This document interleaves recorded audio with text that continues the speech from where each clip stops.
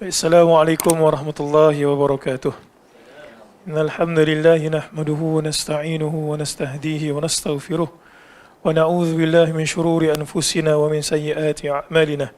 Man yahdihillahu fala mudilla lahu wa man yudlilhu fala hadiya lahu.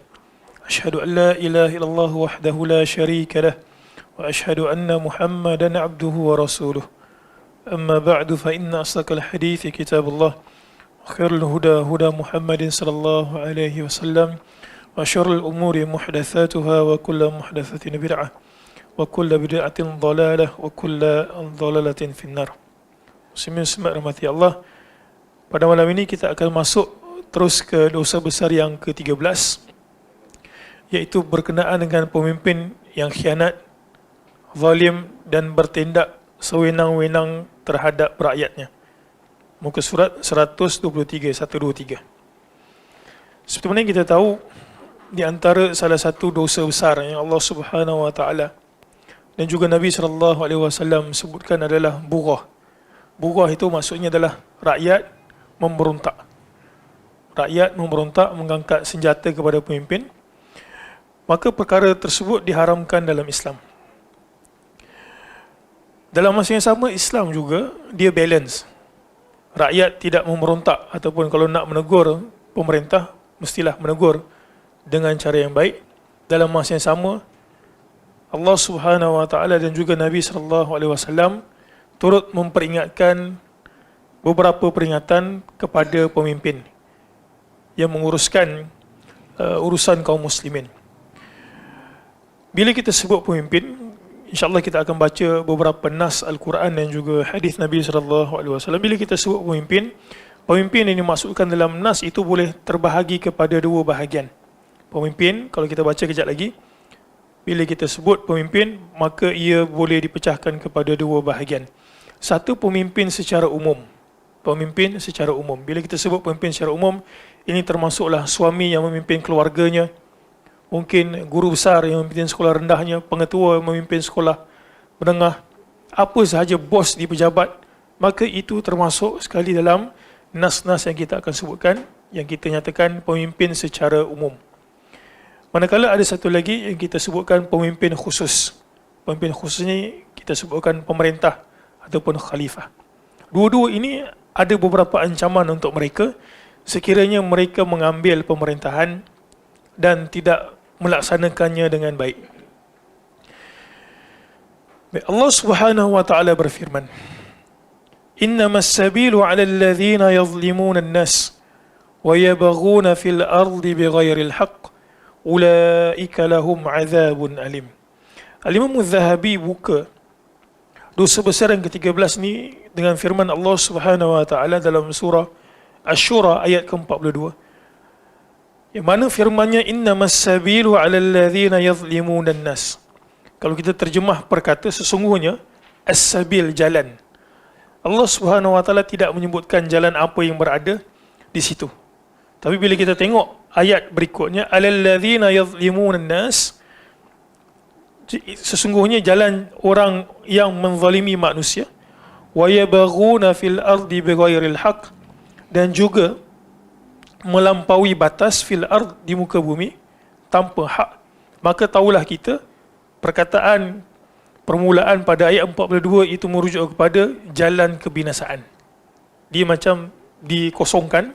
Tapi bila kita tengok ayat berikutnya, fahamlah kita bahawasanya yang dimaksudkan dalam jalan itu adalah sesungguhnya jalan kebinasaan yang bakal dilalui oleh dua golongan. Siapa dia? Yang menzalimi manusia satu, yang kedua adalah pelampau. Ulaika lahum 'adzabun alim. Dan pada penutup ayat ke-42 Allah Ta'ala bagi tahu, mereka itulah, bagi mereka lahum 'adzabun alim, azab yang sangat pedih. Muslim-muslimat rahmati Allah sekalian, bila kita renung pemerintahan dalam suatu tempat, sama ada negara, keluarga, pejabat, universiti ataupun sekolah, maka para sebahagian ilmuwan menyebutkan ada tiga yang menyebabkan pemerintahan di satu tempat itu akan jatuh. Ada tiga perkara yang menyebabkan pemerintahan satu tempat itu akan jatuh. sekolah ke, universiti ke, pejabat ke, dan lebih besar daripada itu adalah negara. Ada 3 perkara yang menyebabkan rosak. Yang pertama sekali adalah apa agak-agak? Negara rosak ataupun keluarga rosak disebabkan bi'ah yang buruk. Bi'ah yang buruk. Bi'ah ni kita sebut apa tah bahasa Melayunya? Keadaan keliling. Kan, keadaan keliling bi'ah. Bagaimana satu bi'ah itu boleh rosak? Bi'ah boleh rosak apabila tidak berlakunya tarbiyah, didikan. Jadi kita tahu dakwah itu merupakan satu benda yang sangat penting. Nanti kita akan bacakan nas. Kalau bi'ah rosak, kita panggil apa sekarang ni bahasa zaman kini ni, zaman now ni katanya apa? Toxic. Toxic punya bi'ah. Dia akan menyebabkan tempat itu akan bercelarung, taman perumahan ke, sekolah ke apa. Yang kedua, perkara yang kedua yang akan menyebabkan pemerintahan ataupun keadaan satu tempat tidak menjadi bagus adalah kerana ekonomi dan juga bagaimana manusia bermuamalah. Urusan kewangan tidak ditadbir dengan bagus. Siapa yang pernah baca kes-kes perceraian, punca perceraian, salah satu yang terbesar adalah disebabkan urusan ataupun pengurusan kewangan yang buruk. Syarikat boleh kolaps kerana apa? Pecah amanah. Kerana tidak tahu mengurus kewangan. Juga negara lebih-lebih lagi. Dan yang ketiga, faktor utama satu-satu pemerintahan tempat itu rosak binasa adalah kerana pemimpin. Kerana pemimpin. Jadi, kenalah kita nak dekat-dekat pilihan raya ni, pilihan raya negeri walaupun tak berlaku dalam negara secara keseluruhannya. Mudah-mudahan bila kita membaca nas-nas berkenaan dengan pemimpin, kita sedar pemimpin mana yang patut dipilih dan pemimpin mana yang tidak patut dipilih. Di antara parti dan juga individu, mana satu patut dipilih? Pilih parti ke pilih individu? Parti. Kita kena buka daurah dalam bab ni nanti. Ya. Macam mana? Hizbi. Kalau bagi saya sendiri, saya rasa individu. Saya rasa individu. Individu tak boleh menang satu kerajaan, pusat atau negeri dengan individu. Sekurang-kurangnya tempat yang dia takbir tu jadi bagus. Tak dapat cukup dana nanti. Tak apa, nanti kita debat. Tapi tak masuk TV lah, tak masuk TV, tak masuk TV3, tak masuk. Ada orang nak berdebat kan? Baik, saya nak bagi tahu penting pemimpin. Kalau dia rosak, maka yang lain pun akan rosak. Sebab dia ketua. Baik, kemudian Al-Imam Az-Zahabi menukilkan daripada surah Al-Maidah ayat ke-79. Firman Allah Subhanahu wa taala, "Kanu la yatanahawna 'an munkarin fa'aluhu, la bi'sa ma kanu yaf'alun."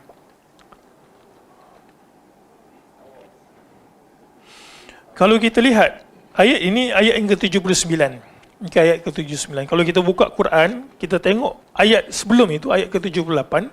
Sebenarnya ini Allah Ta'ala tengah cerita tentang Bani Israel.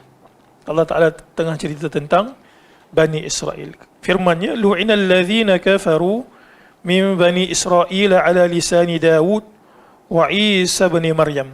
Dhalika bima asaw wa kanu ya'tadun." Jadi, ayat ini sebenarnya tertuju kepada Bani Israel. Tapi kenapa Al-Imam Az-Zahabi datangkan ayat ini? Seolah-olah beliau nak beritahu, di antara pemimpin yang buruk yang kamu pilih ataupun yang boleh dilantik adalah mereka yang bercirikan pada ayat ini. Apa dia? Kanu la yatanahawna 'an munkarin fa'aluh. Pemimpin ini dia tidak menyegah ataupun mencegah perbuatan mungkar, bahkan mereka sendiri perbuatan mungkar tersebut. Pemimpin yang tidak patut dipilih adalah pemimpin yang kita tengok dia tu kalau ada kemungkaran depan mata dia, dia tak tegur, bahkan dia sendiri pergi buat. Allah Subhanahu wa taala pada penutup ayat ini katanya apa? La bi'sa ma kanu yaf'alun. Sangat buruklah apa yang mereka perbuatkan. Jadi walaupun dua ayat ini tidaklah merujuk kepada pemimpin secara direct, Tapi kita tahu bahawa dua karakter yang ada pada ayat ini tidak sepatutnya dilantik sebagai pemimpin. Dan kalau mereka ada pada masyarakat, maka masyarakat itu akan rosak binasa. Muslim-muslimat rahmati Allah sekalian. Berikutnya Imam Az-Zahabi datangkan satu hadis daripada Nabi sallallahu alaihi wasallam. Hadis ini hadis yang mencakupi semua yang kita sebut sebagai pemimpin tadi. Apa dia? Pemimpin yang umum dan juga pemimpin yang khusus. Bagaimana kita tahu? Sebab perkataan Nabi sallallahu alaihi wasallam ini. Nabi kata apa? Kullukum ra'in wa kullukum mas'ulun ar-ra'iyati. Al-imamu ra'in wa mas'ulun ar-ra'iyati. Kullukum, setiap kamu adalah ra'in. Apa maksud ra'in? Ra'in ini adalah pemimpin. Setiap kamu adalah pemimpin. Pemimpin itu apa dia? Satu orang yang diberikan amanah untuk menjaga kebajikan sekelompok manusia ataupun mengelakkan mudarat daripada kelompok manusia tersebut. Itu adalah tujuan utama kita lantik pemimpin. Dia kena takbir. Takbir untuk apa? Masyarakat yang dia takbir itu mendapat kemaslahatan. Yang kedua adalah masyarakat yang dia takbir itu jauh daripada kemudaratan. Itu adalah ciri pemimpin yang patut dipilih. Mana-mana pemimpin pun. Pemimpin masyarakat, rumah, bos di pejabat, ini dia punya tugas. Ra'in adalah orang yang diberikan amanah untuk melakukan dua perkara tersebut. Berikan islah kepada di bawahnya dan juga mengelakkan mudarat daripada berlaku terhadap orang di bawahnya. Nabi kata, kullukum, semua kamu. Apakah ini hanya terpakai untuk lelaki saja? Apakah terpakai untuk lelaki saja? Jawapannya adalah tidak. Sebab riwayat ini ada pelbagai versi. Sebahagian riwayat menyebutkan wanita merupakan pemimpin terhadap rumahnya. Pemimpin terhadap rumahnya. Dan setiap pemimpin itu Nabi kata, wa kullukum mas'ulun ar-ra'iyati. Dan setiap kamu diberikan pertanggungjawaban. Maksudnya apa yang dia lakukan sepanjang tempoh pemerintahannya itu Allah Ta'ala akan tanya. Al-imamu ra'in. Imam merupakan pemimpin yang diberikan amanah. Imam kat sini merujuk kepada kepimpinan yang khusus, iaitu khalifah. Wa mas'ulun ar-ra'iyati, dan dia bertanggungjawab terhadap rakyatnya. Ada satu teguran daripada Nabi SAW terhadap orang yang menginginkan kepimpinan. Orang yang menginginkan kepimpinan. Dalam hadis riwayat Bukhari, tak ada dalam buku ni, Nabi bersabda, innakum satahrusuna 'alal imarah. Nabi kata, esok-esok setelah kematian aku, kamu ni akan sangat eager, nakkan terhadap kepimpinan. Satahrusuna 'alal imarah, nakkan kepimpinan. Wa satakunu nadamah. Nabi kata apa? Yang kamu nak sangat kepimpinan itu akan merupakan suatu penyesalan yaumal qiyamah yang kamu akan terima pada hari kiamat. Fa ni'mal murdi'ah wa bi'sal al-fatimah. Dia kata umpama orang yang berikan susu kepada si anak dan akhirnya anak tersebut tak mau makanan lain lagi dah. Mula-mula tu seronok. Macam budak tu kita nak bagi dia diam, kita bagi susu ibu dia. Tapi disebabkan dah terbiasa dengan susu ibu tu, akhirnya budak tersebut tak mau makan benda lain selain daripada susu ibu. Nabi SAW mengibaratkan pemimpin itu seperti itu. Seronok dapat diagungkan, dipuja, kemudian kelebihan itu diberikan kat dia. Tapi Nabi kata esok engkau akan bertanggungjawab kepada semua benda yang kau perbuat sepanjang kau menjadi pemimpin.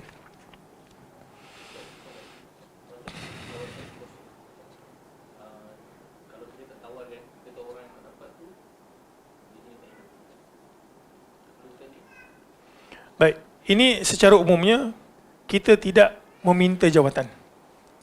Secara umumnya kita tidak meminta jawatan. Tapi sekiranya berlaku perkara luar jangka, contohnya macam masyarakat itu kalau kita tak ambil jawatan tersebut, maka kita tahu kalau pemimpin itu naik, maka dia akan buat perkara yang tak elok. Maka jawapannya adalah kita patut ke depan untuk memimpin. Kita akan bacakan nas-nas itu nanti insya-Allah.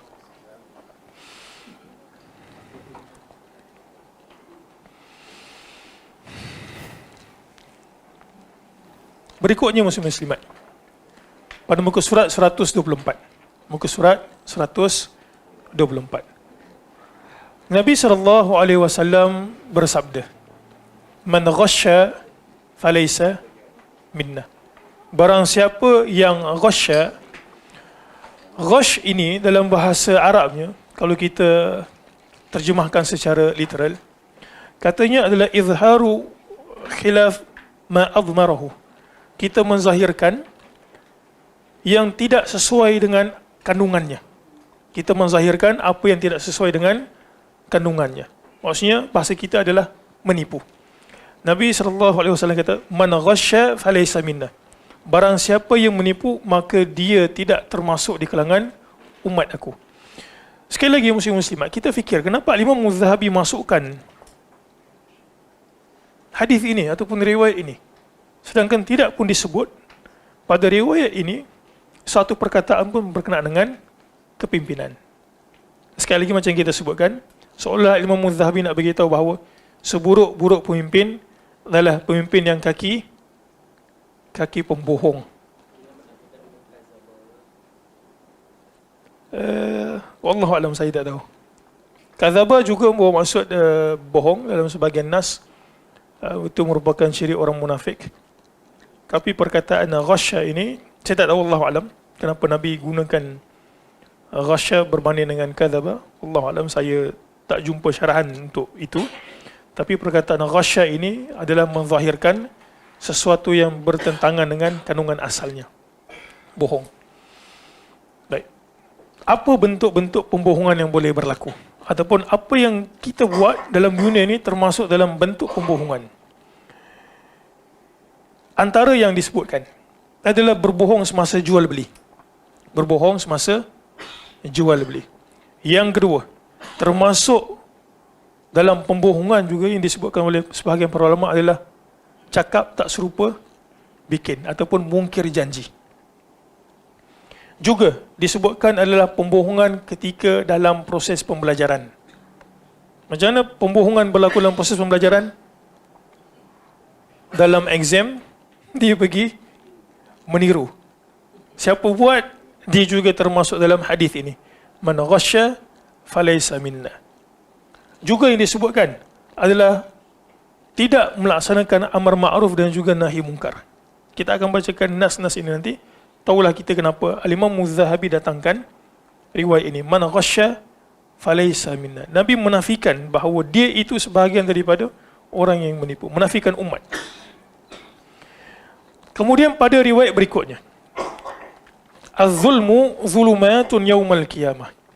Nabi SAW bersabda, Az-zulmu, kezaliman, zulumatun yaumal qiyamah, merupakan kegelapan pada hari kiamat. Seolah-olah Al-Imam Az-Zahabi sekali kita sebutkan, kalau nak pilih pemimpin, jangan pilih pemimpin yang bohong, kemudian jangan pilih pemimpin yang suka zalim ke orang. Zalim tu apa dia? Zalim adalah meletakkan sesuatu yang tidak berada pada tempatnya. Maka itu zalim. Kita letak kasut dekat kepala. Zalim tak zalim? Zalim. Letak kasut dekat kepala merupakan satu kezaliman. Letak kopiah dekat kaki, itu juga kezaliman. Dan sebesar-besar kezaliman adalah syirik. Kenapa syirik merupakan sebesar-besar kezaliman? Kerana dia meletakkan sesuatu pada Allah pada tempat yang tidak sepatutnya. Dia kata Allah Ta'ala ini, waliyahzubillah, dia kata ada pasangan, ada anak, maka itu merupakan bentuk kezaliman. Sebesar-besar kezaliman yang manusia ini boleh buat adalah terhadap Allah Ta'ala. Syirik. Baik, berikutnya.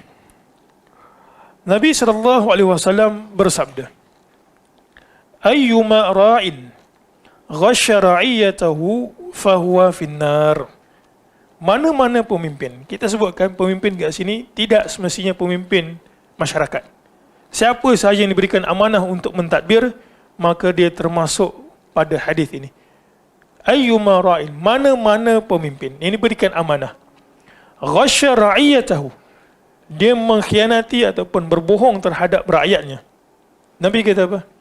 Fahuwa finnar, maka dia berada pada api neraka pada hari kiamat. Jadi kalau kita bacakan hadis-hadis ini kepada para pemimpin, kalaulah mereka itu ada rasa insaf, nescaya mereka mungkin tak tergamak mengambil jawatan kalau mereka tidak layak. Agak-agak sebab apa orang nak memimpin ni? Kenapa orang nak jadi pemimpin, muslim-muslimat sekalian? Best tak jadi ketua? Best tak jadi ketua? Apa yang ada pada ketua yang tidak berada pada rakyat biasa? Satu, kemasyhuran.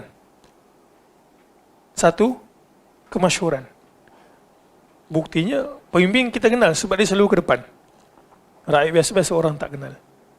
Yang kedua, apa yang ada pada pemimpin yang tidak ada pada rakyat biasa? Dia ada kekuasaan. Yang tidak ada pada kebanyakan orang. Dia boleh perintahkan apa saja. Kalaulah pemimpin itu warak dan juga tidak menzalimi, dia akan perintah dengan perintah yang baik. Kalau tak, biasanya apa terjadi kepada pemimpin? Dia akan perintahkan untuk kepentingan dirinya sendiri. Hadis berikutnya.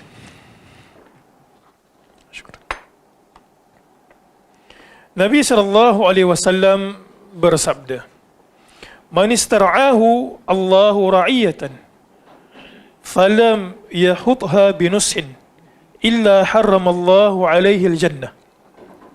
Wa fi lafdhin yamutu hina yamutu wa huwa ghashun li ra'iyati illa harramallahu alaihi al-jannah." Man istara'ahu Allah, barang siapa yang dipercayakan oleh Allah, maksudnya Allah Ta'ala berikan dia jawatan kepimpinan, ra'iyatan, untuk memimpin rakyat, falam yahutha binushin, dan dia tidak menjaganya dengan benar. Menjaga dengan benar ni maksudnya apa? Dia tidak melaksanakan tugasan dia dan mengkhianati. Untuk pemimpin seperti ini, Allah Subhanahu wa taala menyebutkan illa harramallahu alaihi al-jannah, melainkan Allah Subhanahu wa taala akan mengharamkan baginya syurga. Jadi pemimpin yang tidak layak pergi minta jawatan, ketahuilah bahawa itu merupakan salah satu jalan untuk dia menuju ke neraka Jahannam. Wa fi lafdhin, pada riwayat yang lain, yamutu hina yamut wa huwa ghashun li ra'iyatihi, dan kalau dia mati dalam keadaan dia berbohong kepada rakyatnya, maka Allah Subhanahu wa taala mengharamkan baginya syurga. Muslim-muslimat rahmati Allah sekalian, kita pindah ke muka surat berikutnya, 125. Ini banyak teks-teks macam itu saja. Nabi SAW bersabda, "Ma min amiri asharatin illa yu'ta bihi maghlulatun yaduhu ila unukihi atlaqahu adluhu wa awbaqahu jawruh." Nabi SAW sekali lagi berkenaan dengan pemimpin, ma min amirin asharatin, tidaklah ada suatu pemimpin. Kalau diterjemah kat situ, setiap pemimpin suatu kaum. Tapi kalau kita tengok terjemahan literal kepada hadis ini, ma min amirin, tidak ada suatu pemimpin terhadap 10. 10 apa? Tidak dinyatakan 10 apa. Tapi dia pemimpin, di bawahnya itu ada 10 yang dia kena uruskan. Illa yu'ta bihi maghlulatun yaduhu ila unuki. Nabi SAW kata apa? Dia ini pada asalnya, dia akan dibelenggu. Yaduhu fi unuki. Yang mana tangannya pada hari kiamat itu akan dibelenggu dekat unuk. Apa maksud unuk? Unuk maksudnya adalah leher. Maksudnya dia akan datang pada hari kiamat dalam keadaan seperti itu. Asalnya pemimpin, kalau dia ada orang di bawah dia pimpin, maka keadaannya akan seperti itu. Kecuali Nabi kata, kecuali atlaqahu adluhu, yang akan membebaskan tangannya itu daripada belenggu dekat tengkuk dia adalah keadilannya. Wa aubaqahu jawruhu, ataupun tangannya itu akan kekal dekat tengkuknya disebabkan kejahatannya. Jadi kita tahu bahawa pemimpin ini selain daripada itu merupakan jalan yang akan menyebabkan dia masuk ke dalam neraka Allah Ta'ala, dia itu sebenarnya pada hari kiamat belum masuk ke neraka lagi, dia punya tangan itu akan dibelenggu dekat tengkuk dia. Sekiranya dia berlaku adil kepada rakyat dia, sekiranya pemimpin pejabat berlaku adil terhadap orang bawahannya, suami yang memiliki banyak isteri, apakah dia termasuk dalam hadis ini? Dia juga termasuk dalam hadis ini. Kalau dia berlaku adil, maka Allah Subhanahu wa taala akan bebaskan tangannya itu daripada tengkuknya. Kalau tidak, maka dia itu akan terikat tangannya dekat tengkuknya itu sampailah dia masuk ke dalam neraka Allah Taala. Wal iyaz billah. Baik, hadis berikutnya. Nabi sallallahu alaihi wasallam bersabda, Allahumma man waliya min amrihi hadhihi al-ummati syai'a farafaqa bihim farfuq bih wa man syakka 'alaiha fashkuk 'alaihi. Hadis ini muslim-muslimat adalah berkenaan dengan sikap para pemimpin. Ada pemimpin yang bila kita berurusan dengan dia, urusan itu akan jadi sangat susah. Manakala ada sebagian pemimpin, kita berurusan dengan dia, dipermudahkan banyak perkara. Baik, untuk pemimpin ini, Nabi SAW mendoakan untuk mereka. Apa katanya? Allahumma ya Allah, man waliya min amri hadhil ummah, barang siapa yang mentadbir urusan umat ini, syai'a, sesuatu. Perkataan syai'a ini dalam bahasa Arab bermaksud umum, secara umum saja. Apa saja yang dia pimpin berupa urusan apa saja. Nabi kata apa? Farafaqa bihim, ya Allah berikanlah pemimpin ini kasih sayang ataupun kelembutan.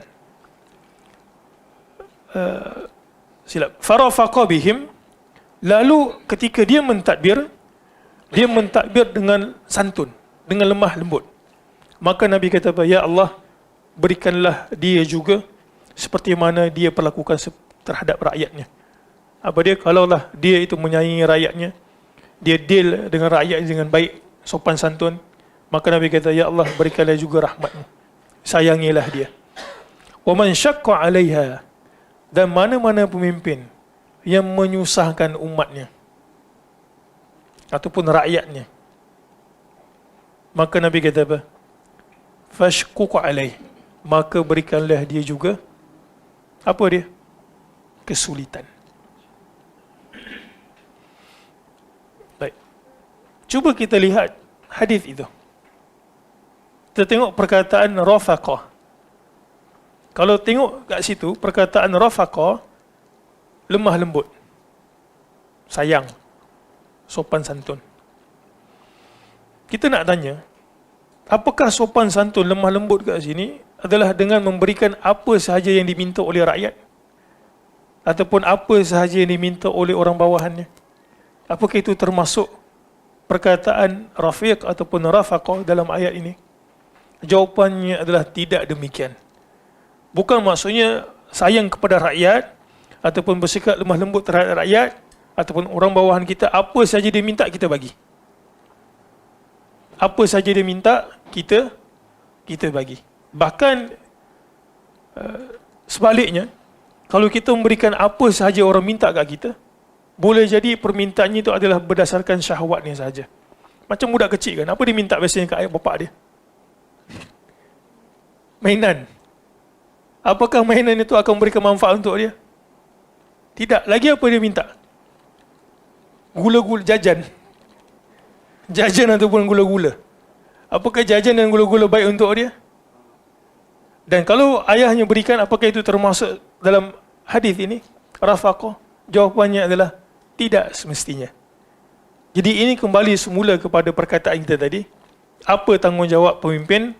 Memberikan kemaslahatan terhadap orang yang berada di bawahnya. Dalam masa yang sama adalah menolak kemudaratan terhadap pemimpin bawahnya. Jadi kita tak faham hadis ini. Rafaqah adalah dengan memberikan apa sahaja yang diminta oleh rakyat. Kadang kalau diminta yang bukan-bukan, pemimpin pun terdesak, dia bagi sahaja walaupun benda tersebut sesuatu benda yang tak perlu. Maka ia tak termasuk dalam hadis ini. Baik, berikutnya. Nabi SAW bersabda, "Sayakunu umara'u fasaqatun jawrah.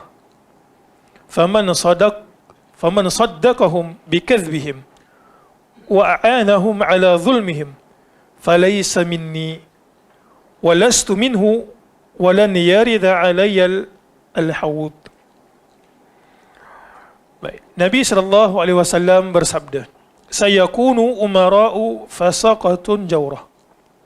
Akan ada pemimpin setelah kematian aku. Ini bila Nabi SAW sebut sayakun, benda ini adalah perkara yang akan berlaku setelah ketiadaan Nabi SAW. Nabi kata apa?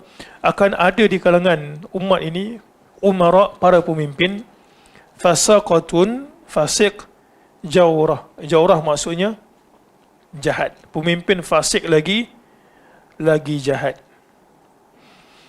Nabi kata, "Faman saddaqahum bikadhbihim." Barang siapa yang membenarkan akan pembohongan ataupun kedustaan yang mereka lakukan, wa a'anahum ala zulmihim, dan dia bantu terhadap kezaliman pemimpin tersebut, falaysa minni. Nabi kata apa? Dia tidak termasuk di kalangan aku. Nabi menafikan dia ini bukan di kalangan umat aku. Muslimat hormati Allah sekalian. Hadis ini sebenarnya pasal apa? Pasal pemimpin ke ataupun penasihat kepada pemimpin ataupun pendamping kepada pemimpin? Yang Nabi kata bukan di kalangan umat aku tu siapa dia? Pemimpin ke ataupun orang yang mendampingi pemimpin? Kita lihat ayat tu kan, hadis itu. Pemimpin ke orang yang mendampingi pemimpin? Pendamping. Pendamping pemimpin juga Nabi menafikan umat. Kalau orang, kita panggil apa, kalau ketua dia tu buat apa sahaja dan dia pun kata yes boss, yes boss, yes boss, itu juga termasuk dalam kecelakaan. Nabi kata apa? Dia bukan di kalangan umat aku. Walastu minhu, dan aku juga bukan sebahagian daripada dia. Walan yarida alayyal hawd, dan juga dia tidak akan boleh minum ataupun mendekati al-hawd. Muslimat rahmati Allah sekalian. Ini adalah berkenaan dengan orang yang mendampingi pemimpin. Apa sahaja bosnya sebut, dia kata ya. Mungkin kerana kepentingan yang dia ada. Takut dipecat oleh bos. Takut tak diberikan makan dan sebagainya. Tapi ingat, kalau dia membenarkan dirinya untuk berlaku sedemikian rupa, maka dia akan termasuk dalam ancaman pada hadis ini. Ada dua yang Nabi sebut. Satu, Nabi menafikan umat, dan juga dia tidak akan dapat manfaat daripada al-hawd. Selama ni kita baca ataupun kita tahu, mungkin sebahagian asatidzah kat sini banyak sebut, di antara golongan yang kita maklum tidak akan minum daripada telaga haud ni apa dia? Pelaku bid'ah. Dan ada satu lagi golongan yang dia takkan minum daripada telaga ni, tak dekat pun. Siapa dia? Penyokong kepada pemimpin zalim. Berlaku tak pada hari ni? Berlaku pada hari ni, pada minggu ni dan juga minggu depan. Apa sahaja pemimpin tu kata, dia iya. Dan apa sahaja yang pemimpin lain yang bukan daripada kelompok dia ataupun parti dia, dia kata salah. Jadi orang seperti ini dia kena beringat. Nabi menafikan yang dia itu sebagai daripada umat Muhammad sallallahu alaihi wasallam, dan juga dia itu tidak akan dapat minum daripada al-hawd. Dua-dua dicela. Pemimpin dan juga pendamping dia. Yang kita sebut apa dalam bahasa Arab ini? Bitanah. Pendengar perkataan bitanah? Yang biasa kita dengar bitanah tu su'. Bitanah ni maksudnya pendamping lah. Pendamping. Bitanah ni daripada perkataan apa bitanah? Dalam bahasa Arab, perut. Apa dia perut? Batan. Kadang ada orang bila kita sebut perut dia sensitif kan. Tapi kenapa perut itu dipanggil sebagai bitanah, pendamping? Bitanah kerana Nabi tak kata rafiq, Nabi SAW tak sebut sadiq, tapi Nabi sebut bitanah. Sebab bitanah ni merupakan satu terminologi khas. Kenapa benda tersebut disebut sebagai perut? Bitanah. Perut, nampak tak perut kita? Perut ni bila kita boleh nampak? Bila kita selak baju. Kadang tak selak pun nampak gitu kan. Tapi ini perbahasan para ulama. Dia kata kenapa bitanah? Sebab mereka ni, dia adalah orang yang bitanah ni maksudnya satu benda yang tersembunyi tau. Dia berada dekat dalam. Jadi pemimpin tu, dia ada masa dia berhadapan dengan masyarakat dan juga rakyat. Tapi ada satu keadaan dia akan hilang pada pandangan masyarakat dan dia akan berada dengan orang yang dekat dengan dia. Macam perut, kita tak nampak gitu. Kalau kita selak, baru kita nampak. Jadi bitanah ni, kita mungkin tak nampak dia mungkin macam rakyat biasa. Tapi bila pemimpin tu berada di belakang tabir, dia ada kat situ. Itu yang kita sebut sebagai bitanah. Daripada perkataan perut. Harap tak sensitif lah perut ni. Sebut perut ni. Baik, ada satu hadis menarik tentang bitanah ini. Nabi SAW sebut, mastakhlafa khalifah. Tidaklah satu khalifah itu diberikan jawatan khalifah. Illa lahu bitanatan. Melainkan dia akan ada dua pendamping. Tak dalam buku ni. Tapi bila kita sebut tentang bitanah ni, perlu juga kita nyatakan. Pemimpin kena berwaspada, dalam masa yang sama pengikut. Mungkin istilah yang lebih tepatnya adalah pengikut. Pengikut juga kena sedar. Jangan buat secara sembrono saja. Nabi kata apa? Bitanah ta'muruhu bil khairi wa takhussuhu alaih. Satu, mana-mana pemimpin ataupun khalifah ini lantik menjadi khalifah, maka dia itu akan ada dua pendamping, bitanah. Bitanah Nabi kata. Satu bitanah yang akan menyuruh dia untuk buat kebaikan. Wa tahudduhu, dan juga dia galakkan, buat baik. Awak jangan buat macam ni. Kalau buat macam ini tak bagus. Dia suruh pemimpin tu buat baik. Wa bitanah, dan Nabi SAW sebut, ada satu lagi bitanah, ta'muruhu bisyarr wa tahudduhu alaih, dan dia galakkan untuk melakukan kejahatan. Dia suruh buat jahat dan juga menggalakkan kejahatan. Bitanah ni jangan kita fikir kawan-kawan sahaja. Bitanah boleh tak di kalangan isteri? Boleh. Ada tak berlaku dalam dunia ni? Dia asalnya okey, tapi sebabkan isteri dia kata, ambil sikit bang, ambil sikit. Lama-lama, ialah masuk penjara lah. Bukan kat Malaysia lah, dekat Filipin. Dekat Filipin ada satu orang yang begitu. Namanya apa? Imelda Marcos. Gitu. Bukan kat Malaysia lah, kat Filipin. Ataupun kat tempat yang sewaktu dengannya. Ini bukan yang tersembunyi, tapi kita nampak gitu kat depan mata kita. Itu juga termasuk bitanah. Tak mesti kawan-kawan. Itu yang kita sebut tadi. Depan tu okey, tapi kat belakang tu dia bagi nasihat. Jadi setiap pemimpin itu akan ada dua bitanah.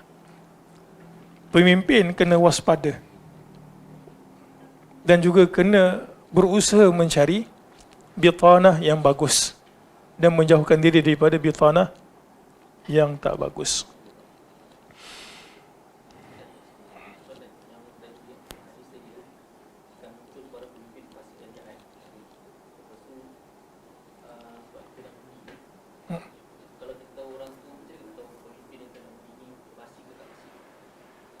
kita akan berhukum secara zahir.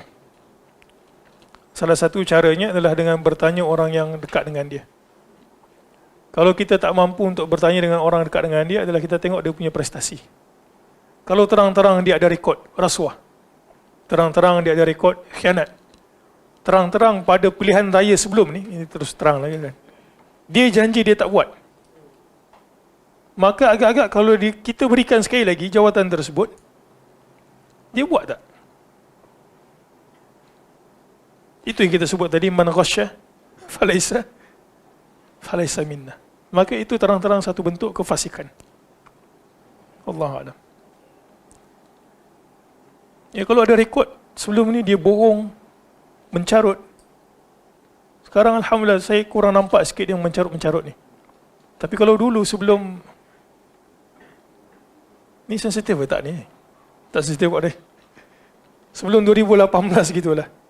Sebelum peralihan yang tak pernah, kerajaan tak pernah runtuh tu, tiba-tiba jatuh.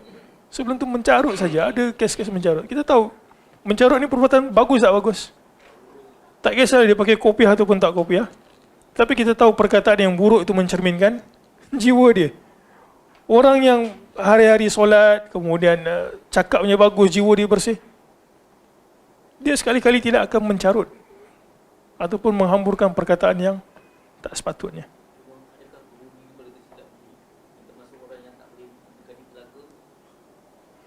Kalau kita tersalah undi, apakah kita termasuk dalam ini? Jawapannya adalah tidak.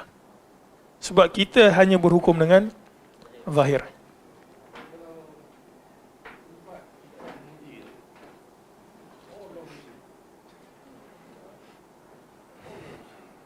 Maka kita mengaplikasikan pembelajaran semalam dekat daurah usulul fiqh, akhafud dararain. Ada tak disebut semalam? Daurah usul fiqh, akhafud dararain. Kita akan pilih yang paling kurang mudaratnya. Paling kurang mudaratnya. Kita tengok.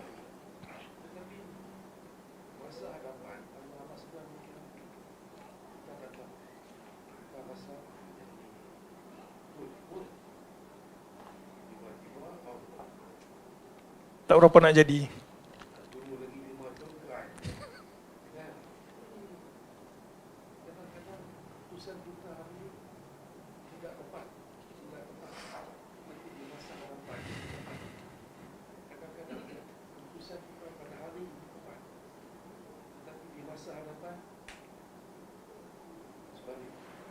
Allah Ta'ala berfirman, la yukallifullahu nafsan illa wus'aha. Allah Subhanahu wa Ta'ala tidak membebani hamba-Nya yang di luar daripada kemampuan yang manusia itu boleh buat. La yukallifullahu nafsan illa wus'aha. Maka urusan batin satu orang kepada satu orang adalah luar daripada batas kemampuan kita. Bila kita telah pun berijtihad, ijtihad bukan maksudnya ijtihad mengeluarkan hukum fiqh, tapi ijtihad memilih pemimpin yang bagus, maka mudah-mudahan itu boleh pahala untuk kita. Dan lebih daripada itu, katalah macam yang disebutkan tadi, kita pilih rupanya tak berapa nak jadi, maka itu dah bukan tanggungjawab kita.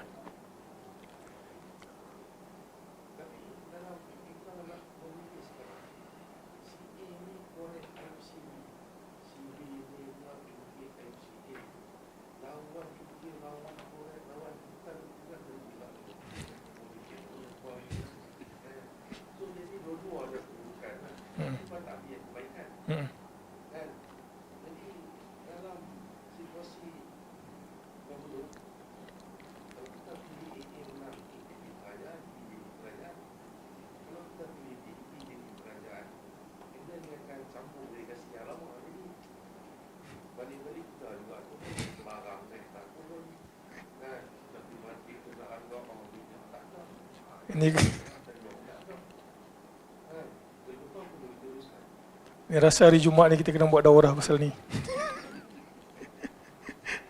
Allahuakbar.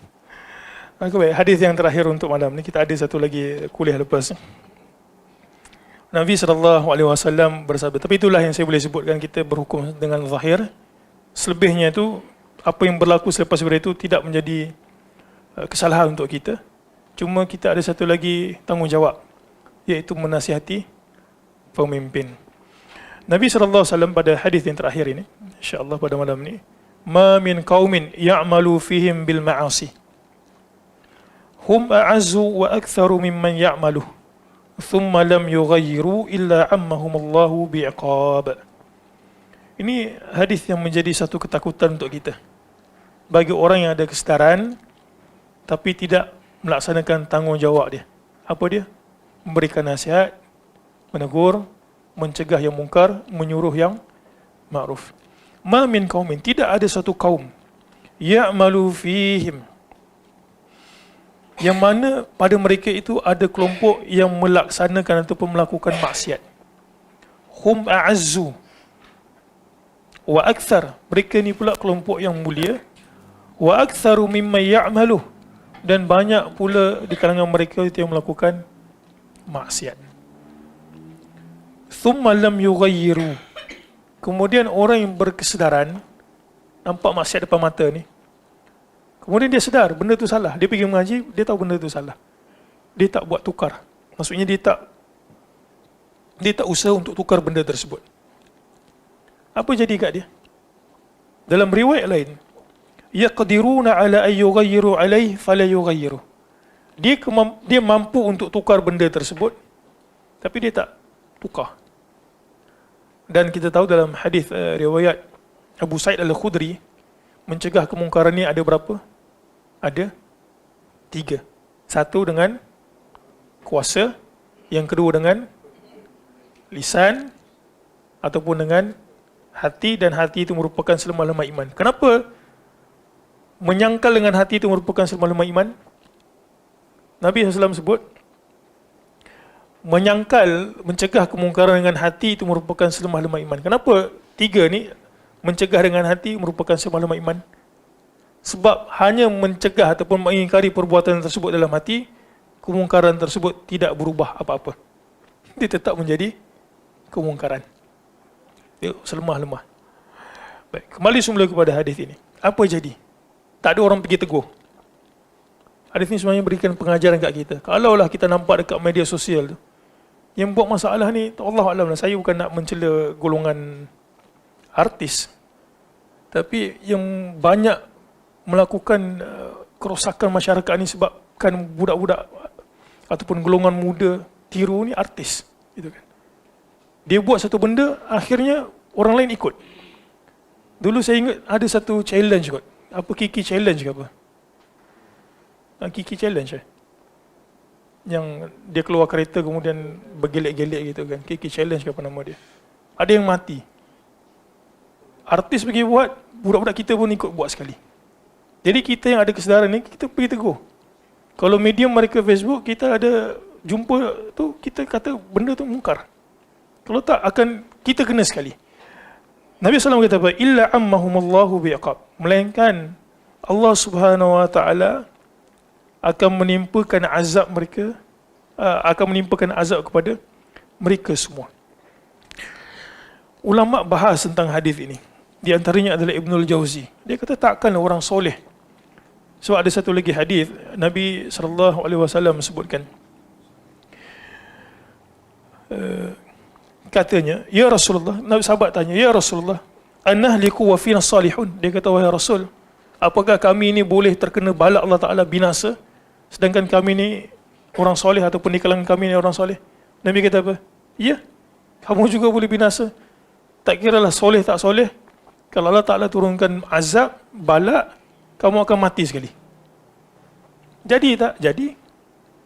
Aceh gitu kan, Aceh. Kita bukan nak bagi tahu Aceh tu sebabkan maksiat, bukan. Tapi nak bagi tahu bila Allah Ta'ala turunkan ujian, semuanya meninggal, soleh tak soleh, mati semua. Itu sebab dalam kes Nuh alaihi salam, apa yang Allah Ta'ala perintahkan Nuh? Suruh keluar daripada tempat tu. Suruh buat kapal. Naik. Siapa yang beriman, naik. Allah Ta'ala suruh tinggal. Sebab kalau tempat tersebut Allah Ta'ala turunkan azab, memang semua kena. Nuh alaihi salam, Rasulul Azmi, pun Allah Ta'ala kata, buat dan keluar. Bila turun, dia tak ada apa. Orang yang tak soleh mati, kemudian orang soleh terapung gitu kan. Oh, banjir kat bawah, terapung. Orang soleh tak, benda tu tak begitu. Itu khayalan manusia. Jadi Ibnu Jauzi kata, takkanlah orang soleh jadi seperti itu. Baik, dijawab melalui dua jawapan.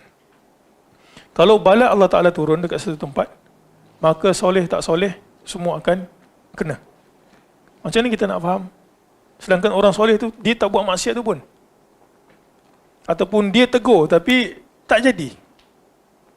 Baik, ada dua jawapan. Yang pertama, sebagian para ulama ketika bahaskan hadis ini, dia kata mungkin boleh jadi. Bila benda tersebut dah banyak kali jadi, dia pun rasa biarkan dan dia redha benda tersebut. Dia tegur-tegur tak jalan, biarlah. Lama-lama dia okey. Kadang ada sebagian orang tu, tak apalah dia jalan dengan kawan dia. Dia kata anak makcik ni perempuan jalan dengan lelaki. Dia kata tak apalah. Dia redha macam gitu. Satu, dia akan kena. Yang kedua, para ulama sebut, Allah Subhanahu Wa Taala akan matikan mereka. Tapi mati kat sini bukan petanda Allah Ta'ala murka kat mereka. Tapi disebabkan ajal mereka sampai, disebabkan bala yang Allah Ta'ala turunkan dekat tempat tersebut. Jadi ini merupakan dua sudut pandang bagaimana kita nak faham hadis ini. Ala kulli hal kita nak beritahu muslim-muslimat, kalau Allah Ta'ala murka terhadap satu tempat, soleh tak soleh semua akan kena. Bagaimana kemurkaan Allah Ta'ala datang pada tempat tersebut? Bila maksiat itu terlampau banyak dan kesolehan sangat sedikit. Jadi wallahu alam, insyaAllah kita akan sambung pada sesi yang akan datang. Subhanakallahumma wa bihamdik, asyhadu an la ilaha illa anta, astaghfiruka wa atubu ilaik.